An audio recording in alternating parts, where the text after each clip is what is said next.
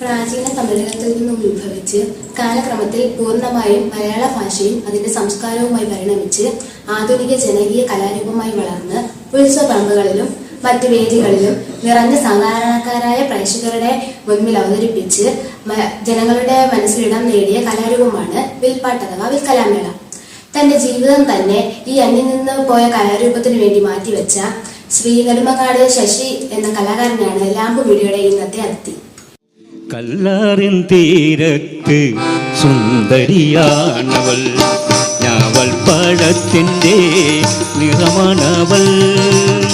കല്ലാറിൻ തീരത്ത് സുന്ദരിയാണവൾ, ഞാവൽ പഴത്തിൻ്റെ നിറമാണവൾ. ഈ അഭിമുഖത്തിലേക്ക് ശ്രീ നെടുമങ്ങാട് ശശി സാറിനെ സ്വാഗതം ചെയ്യുന്നു. വിൽപ്പാട്ട് കല എന്ന കല ഉത്ഭവിച്ചത് എവിടെ നിന്നാണ്, അതെങ്ങനെയാണ് പരിണമിച്ചതെന്ന് പറയാമോ? മനുഷ്യൻ കൂട്ടമായി വേട്ടയാടി ജീവിച്ച കാലഘട്ടം. അന്ന് അവൻ വേട്ടയാടി ലഭിക്കുന്ന വിഭവങ്ങൾ അവൻ്റെ വീട്ടിൽ കൊണ്ടുവന്നിട്ട് പാചകം ചെയ്യുന്നതിനിടയിൽ അവർ അവരുടെ മനസ്സിൻ്റെ സന്തോഷവും വ്യഥകളും ആ വേട്ടയാടലിന് വേണ്ടി വന്ന സാഹസങ്ങളുമൊക്കെ അവൻ പാട്ടിലൂടെ ഒരുമിച്ച് ചേർന്ന് അവതരിപ്പിച്ചതാണ് വില്ലടിച്ചാൻ പാട്ട്. അത് അവരുടെ ആയുധമായ ആ വില്ല് നിവർത്തി വെച്ച് അമ്പ്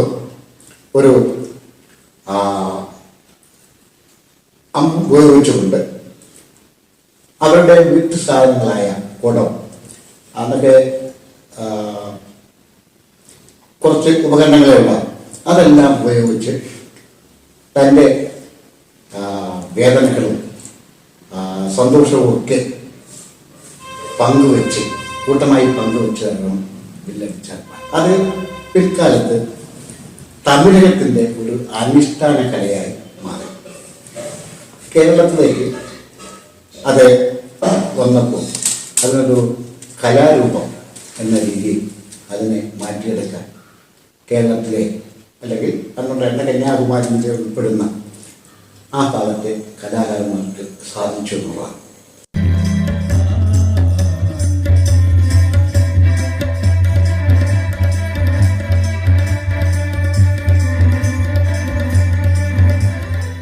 ഈ കലാരൂപം മുന്നിലേക്ക് കൊണ്ടുവന്ന കലാകാരന്മാർ ആരൊക്കെയാണ്, അവരെങ്ങനെയാണ് ഇത് മുന്നിലേക്ക് കൊണ്ടുവരാൻ സാധിച്ചത്? എനിക്ക് മനസ്സിലാക്കാൻ കഴിഞ്ഞിട്ട്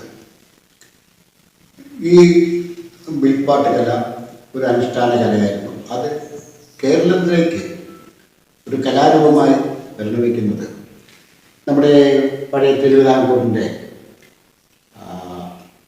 ഒരു ഭാഗമായിരുന്ന നമ്മുടെ തിരുവട്ടാറുള്ള ഒരു തിരുവട്ടാർ രാഘവൻപിള്ള എന്നാണ് തോന്നുന്ന അദ്ദേഹത്തിൻ്റെ പേര്. അദ്ദേഹം കേരള പോലീസിലെ ഓഫീസറായിരുന്നു. അദ്ദേഹമാണ് വിൽപ്പാട്ടിനെ ഒരു പുതിയ ആവിഷ്കാരം നൽകി വേദികളിൽ അവതരിപ്പിച്ചുകൊണ്ടിരുന്നത്. നമുക്കറിയാം, ഒരു കാലത്ത് ഒരു സിനിമ ഇറങ്ങിയുണ്ടായി, ദേവി കന്യാകുമാരി സിനിമ. അത് വിൽപ്പാട്ട് തന്നെയാണ് ഫസ്റ്റിൽ അവതരിപ്പിക്കുന്നത്. ആ സിനിമ വിൽപ്പാട്ടിൽ കഥ പറയുന്നതായിട്ടാണ്. അതേപോലെ അതിനുശേഷം അഡ്വക്കേറ്റ് തലയിൽ കേശവൻ നായർ സാറ് അദ്ദേഹം ഈ വിൽപ്പാട്ടിനെ ജനകീയമാക്കുന്നതിൽ മുൻപന്തിൽ നിന്ന ആളാണ്. അതുപോലെ തന്നെ നമ്മുടെ കുളത്തൂർ ആശാൻ മെമ്മോറിയൽ എന്നൊരു സമിതി ഉണ്ടായിരുന്നു.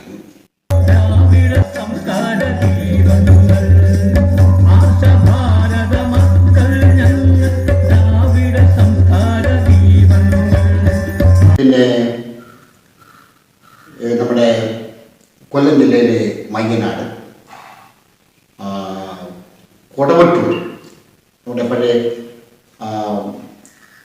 നമ്മുടെ നടൻ ശ്രീ മുരളി സാറിൻ്റെ വീട്ടിൻ്റെ ആ ഭാഗത്തുള്ള ഒരു സമിതി ഉണ്ടായിരുന്നു. അതേപോലെ ചാരുമൂട് ഭാഗത്ത് ചാരുമൂട് ഭാഗത്ത് ഒരു കലാസമിതി ഉണ്ടായിരുന്നു. അവരൊക്കെ ഈ നാടൻ കലയെ ജനകീയമാക്കുന്നതിൽ മുൻപന്തിയിൽ പ്രവർത്തിച്ച സമിതികളും ആൾക്കാരുമാണ്. അപ്പോൾ വിൽപ്പാട്ടുകൾ എങ്ങനെയാണ് അവതരിപ്പിക്കുന്നത്? അതിൻ്റെ പ്രത്യേകതകൾ എന്തൊക്കെയാണ്? ഒന്ന്, ഇതൊരു നാടൻ കലാരൂപമാണ്. അപ്പോൾ അതിൻ്റെതായ ഒരു പ്രബലം ഉണ്ട്. അതിലേറ്റവും പ്രധാനം വില്ലടിയാണ്. വളരെ കായികാധ്വാനം വേണ്ടി വരുന്ന ഒരു ജോലിയാണ് ഈ വില്ലടിക്കുക എന്നുള്ളത്. അതുപോലെ കഥ പറച്ച്, പിന്നെ അതിനോടൊപ്പം ഇത് മുൻപൊക്കെ സംഗീതം ചെയ്യാതെ അല്ലെങ്കിൽ അന്ന് അവർക്ക് പറ്റുന്ന രീതിയിൽ വേദികളിൽ അവതരിപ്പിച്ചു കൊണ്ടിരുന്നു. പിൽക്കാലത്ത് അത് കുറേ കൂടെ മാറ്റങ്ങൾ വരുത്തി അനുയോജ്യമായ രീതിയിൽ സംഗീതം പകർന്നു. അതുപോലെ തന്നെ ഞാൻ അതിൽ ചെയ്തതെന്ന് പറഞ്ഞാൽ മുൻപൊക്കെ നമ്മൾ തുറന്ന വേദികളിൽ ഈ പ്രോഗ്രാം അവതരിപ്പിക്കുമായിരുന്നു. 7 പേരാണ് അതിനകത്ത് മുഖ്യമായിട്ടും ഇരിക്കുന്നത്. അതിൽ ഞാൻ ചെയ്തത് ഫ്രണ്ട് കട്ട്, ബാക്ക് കട്ട്, അങ്ങനെ സ്റ്റേജിനെ നമ്മൾ ഒന്ന് ചെറുതാക്കുകയും ഈ 7 പേരിരുന്നാൽ ഓഡിയൻസിനെ ഒരു നല്ലൊരു ഇമ്പം തോന്നുന്ന രീതിയിൽ സ്റ്റേജ് നമ്മൾ ഡെക്കറേഷൻ ചെയ്യും. പ്രകാശ ക്രമീകരണങ്ങൾ ചെയ്യാറുണ്ട്. ഗാനങ്ങൾ സംഗീതം ചെയ്താണ് അവതരിപ്പിക്കും. ഈ കല സ്റ്റേജുകളിൽ അവതരിപ്പിക്കുമ്പോൾ പ്രേക്ഷകർ എങ്ങനെയാണ് അതിനെ കാണുന്നത്? പ്രേക്ഷകർ എല്ലാ കലകൾക്കും അതിൻ്റെതായ ഒരു ഫേസ് ഇവിടെയുണ്ട്. ഇപ്പോൾ ഏതൊരു കല, നാടകമായാലും ഗാനമേളയായാലും വിൽപ്പാട്ടായാലും, അതുപോലെ ഏതൊരു കലയ്ക്കും അതിൻ്റെതായ ഫേസ് ഇവിടെയുണ്ട്. ആ വിൽപ്പാട്ടിനെ ഇഷ്ടപ്പെടുന്നത് അല്ലെങ്കിൽ ആദ്യമായിട്ട് കണ്ടിട്ട് അതിനെ ഇഷ്ടപ്പെടുന്നത് വേദികളിൽ വന്ന് ഞങ്ങളെ നമ്മുടെ അടുത്ത് വളരെ മനോഹരമായിരുന്നു, അല്ലെങ്കിൽ ഞാൻ ഇതുവരെ ഇങ്ങനെ ഒരു കലാപരിപാടി കണ്ടിട്ടില്ല എന്നൊക്കെ നമ്മളുമായിട്ട് സംസാരിക്കുന്ന ഒരു സാഹചര്യം ഉണ്ടായിട്ടുണ്ട്.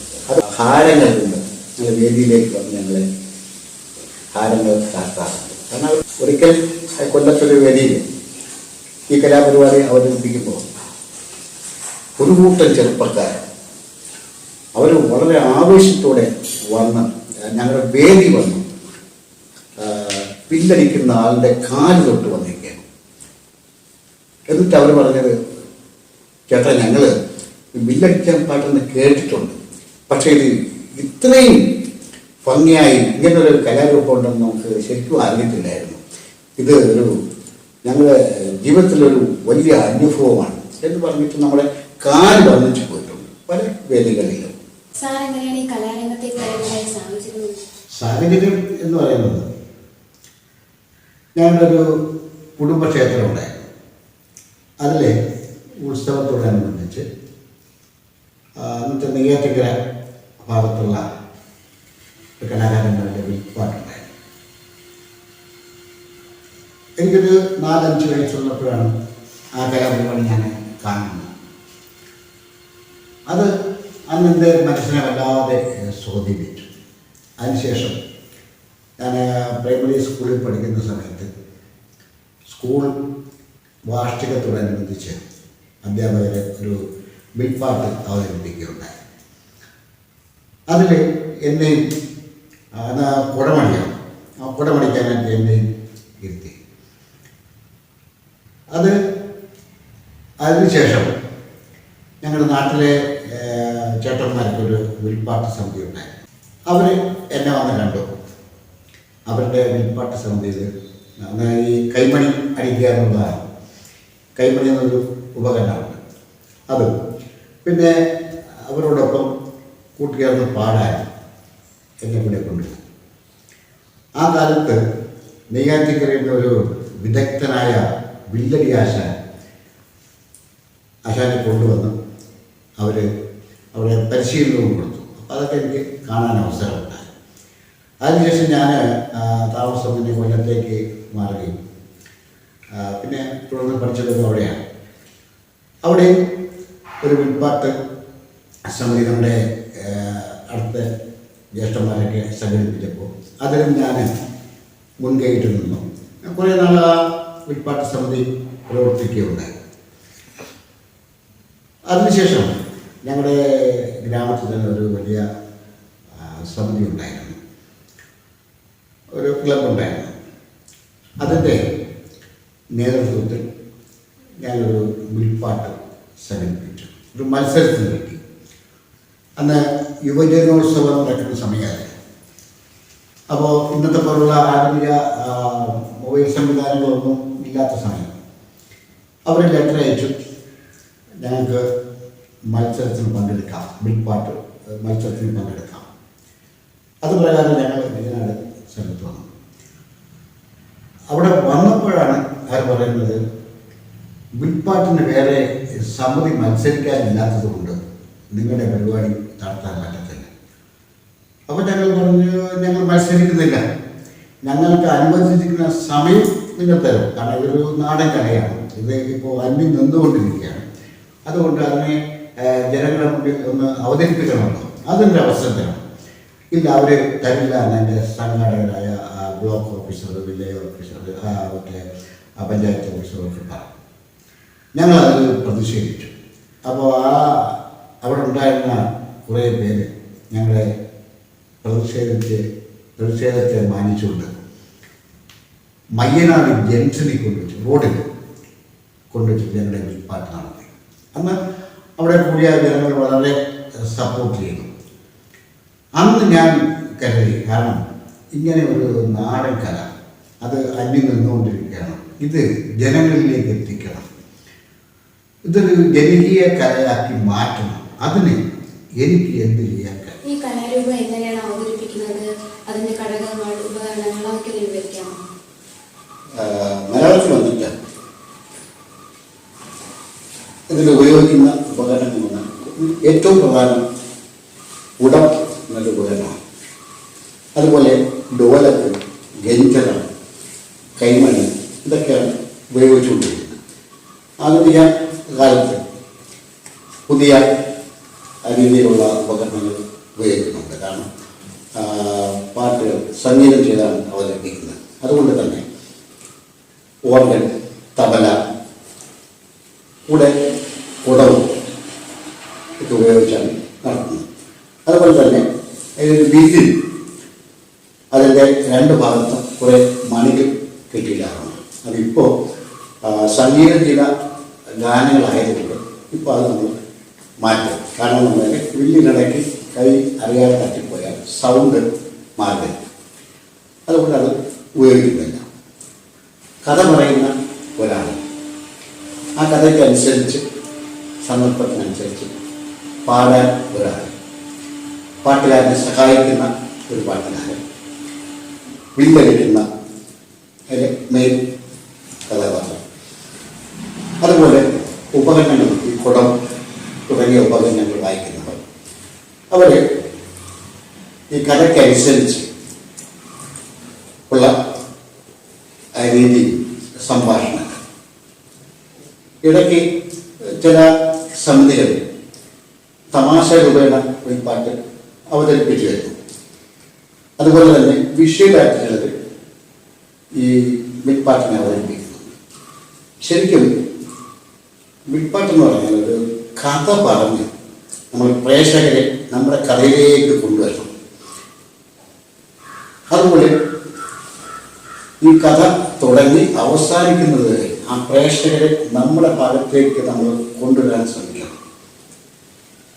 ഇതിനിടയിൽ വിഷ്വൽ വന്നു കഴിഞ്ഞാൽ അവരുടെ ശ്രദ്ധ അങ്ങോട്ട് മാറും. അപ്പം ശരിക്കും ആ കഥ ഉൾക്കൊള്ളാൻ പറ്റാതെ വരും.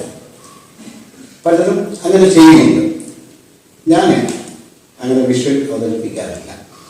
കഥ പറഞ്ഞാണ് പ്രേക്ഷകരെ നമ്മളിലേക്ക് അടുപ്പിക്കുന്നത്.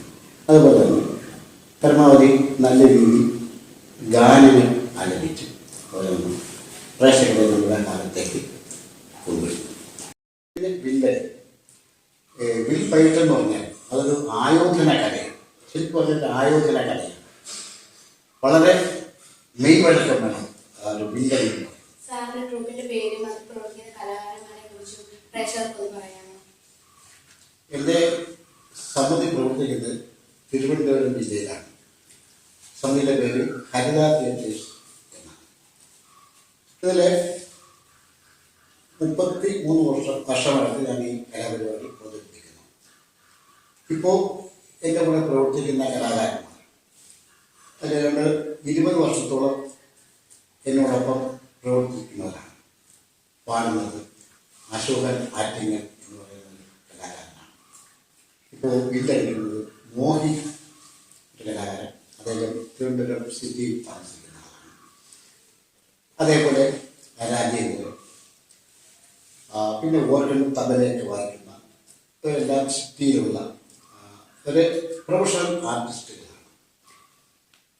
ഇവരെല്ലാവരും വളരെ വർഷങ്ങളായിട്ട് എന്നോടൊപ്പം സഹകരിക്കുന്നു. സാമ്പത്തിക നേട്ടങ്ങളോ ഒന്നും നോക്കാതെ ആ കലയെ സ്നേഹിക്കുകയും ഈ കലയുടെ വളർച്ചയ്ക്ക് വേണ്ടി ഈ സമിതിക്ക് വേണ്ടി അവരെല്ലാവരും എന്നോടൊപ്പം സജീവമായിട്ട് പ്രവർത്തിക്കും.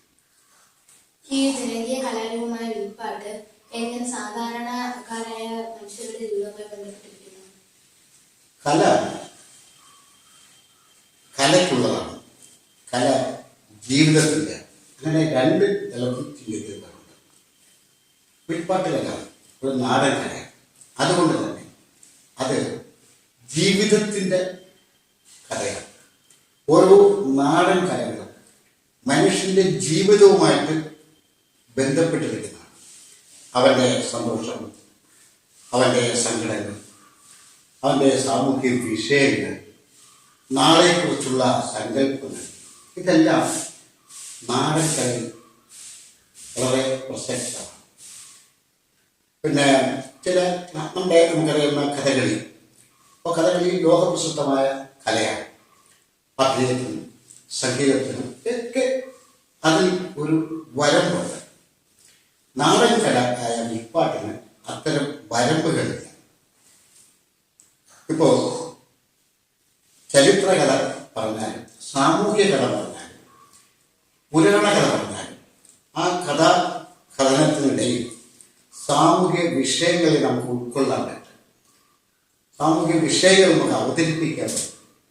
അപ്പോൾ ഇന്നലകളെ കുറിച്ച് മാത്രമല്ല, ഇന്നുകളെ കുറിച്ചും നാളെയെക്കുറിച്ചും ഈ വിൽപ്പാട്ട് കലയിലൂടെ നമുക്ക് ജനങ്ങൾക്ക് സംഭാവനകൾ നൽകാൻ കഴിയും. ചില ക്ലാസിക്കൽ കലകൾ അതിന് പഴയ കാലത്ത് ഓർമ്മിപ്പിക്കാൻ മാത്രമേ കഴിയൂ. അതിന് ആ കലയ്ക്കുള്ള നന്മയോ എന്തുമാകാം. പക്ഷെ നാടൻ കലകൾക്ക് ഇന്നലെ കുറിച്ച് പറയാൻ പറ്റും, ഇന്നിൻ്റെ കഥകൾ പറയാൻ പറ്റും, സാമൂഹ്യ വിഷയങ്ങൾ പറയാൻ പറ്റും, സാമൂഹ്യ പുരോഗതിക്ക് വേണ്ടി എന്ത് ചെയ്യാൻ പറ്റും, നാളേക്ക് വേണ്ടി എന്ത് ചെയ്യാൻ പറ്റും.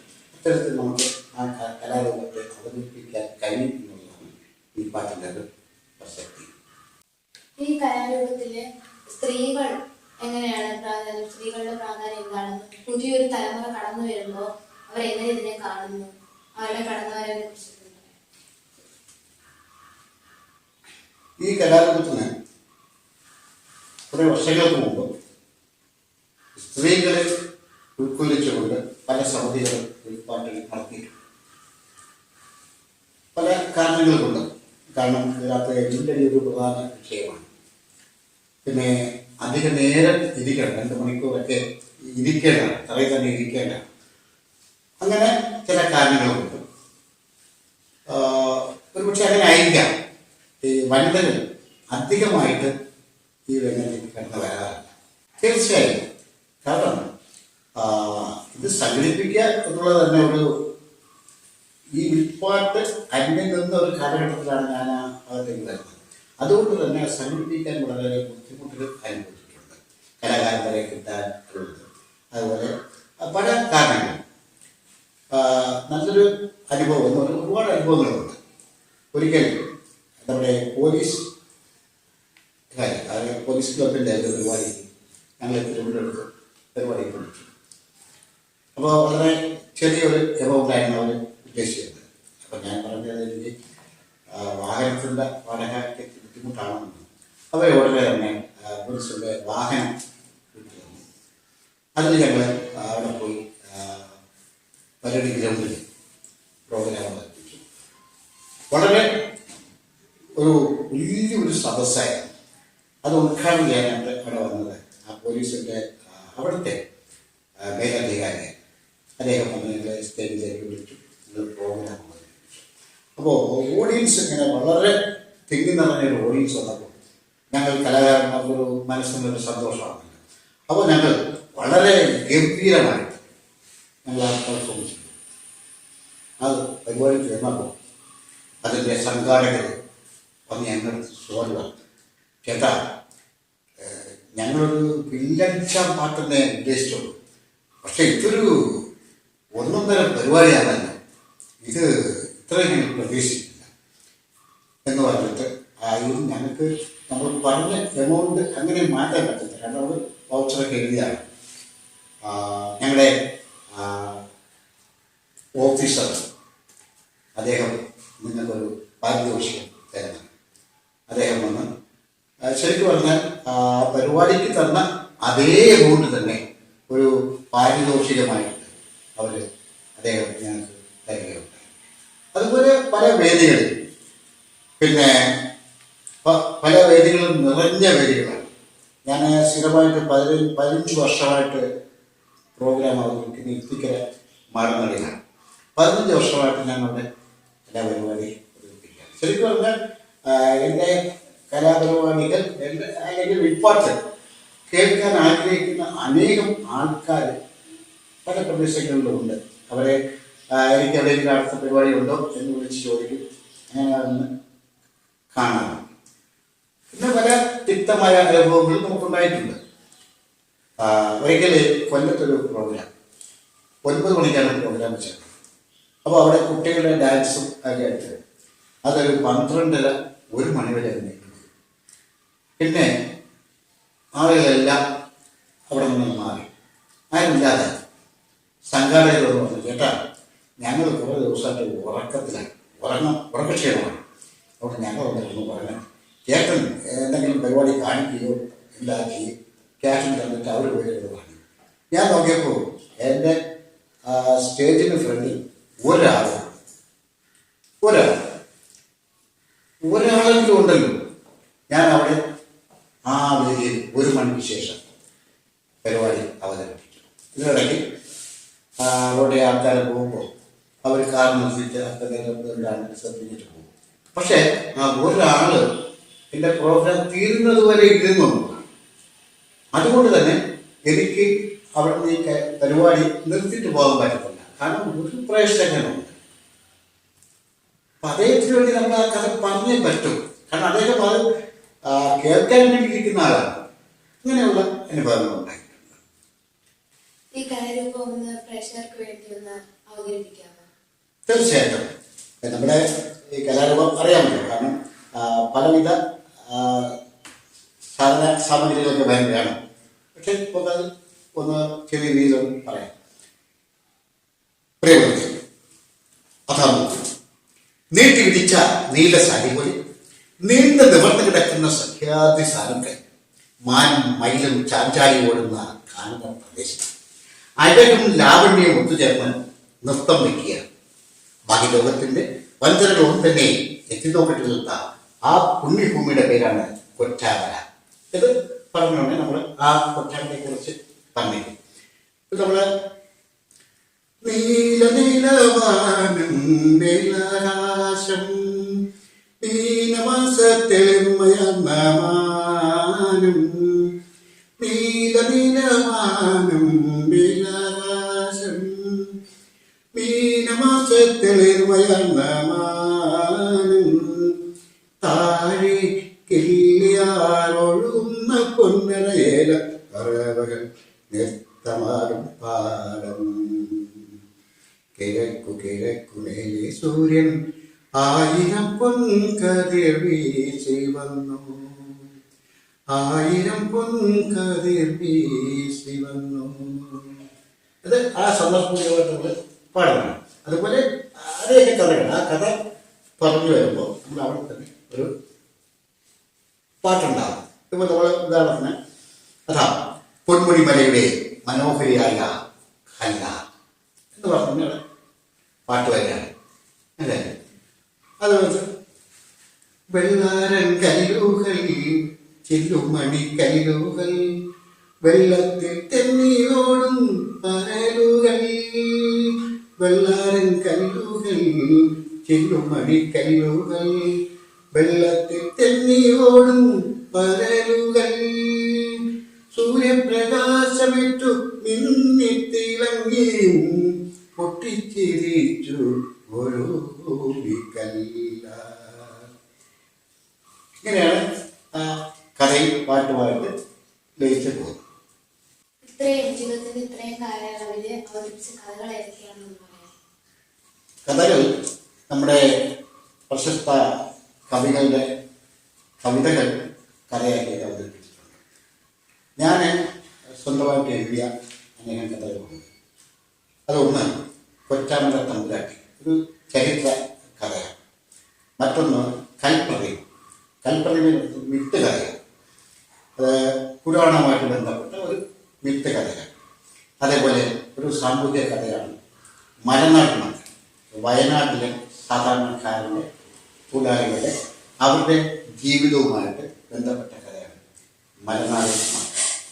അതേപോലെ ഡീഗോ ഗാർഷ്യ, ഡീഗോ ഗാർഷ്യ എന്ന് പറഞ്ഞാൽ അറിയാം, ഇന്നത് അമേരിക്കയിലെ ഒരു എന്താണ് വിമാനത്താവളമാണ്, അല്ലെങ്കിൽ അവരുടെ ഒരു യുദ്ധ സാമഗ്രികൾ വയ്ക്കുന്ന സ്ഥലമാണ്. അതിനെക്കുറിച്ച് കഥയാണ് ഡീഗോ ഗാർഷ്യ. അതേപോലെ ഞാറനീതി, അതൊരു മിത്ത് കഥയാണ്. ഞാറനീതി എന്ന് പറഞ്ഞാൽ നമ്മുടെ തിരുവനന്തപുരം ജില്ലയിലെ ഒരു സ്ഥലത്തിൻ്റെ പേരാണ്.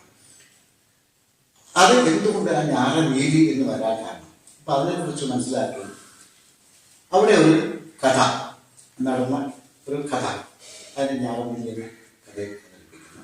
പിന്നെ മഹാഭാരതത്തിലെ ഭീഷ്മർ എന്നെ കഥയാക്കിയിട്ടുണ്ട്. ചങ്ങമ്പുഴയുടെ രമണൻ കഥയാക്കിയിട്ടുണ്ട്. അതേപോലെ പിന്നെയും അനേകം കഥകൾ, അങ്ങനെ അതെല്ലാം ഞാൻ തന്നെ എഴുതുന്ന കഥകളാണ്. ഇപ്പോൾ ഒരു 15ഓളം കഥകൾ അതിൽ ഉണ്ട്. അതിൻ്റെ ഗാനങ്ങൾ ഞാൻ തന്നെയാണ് എഴുതുന്നത്.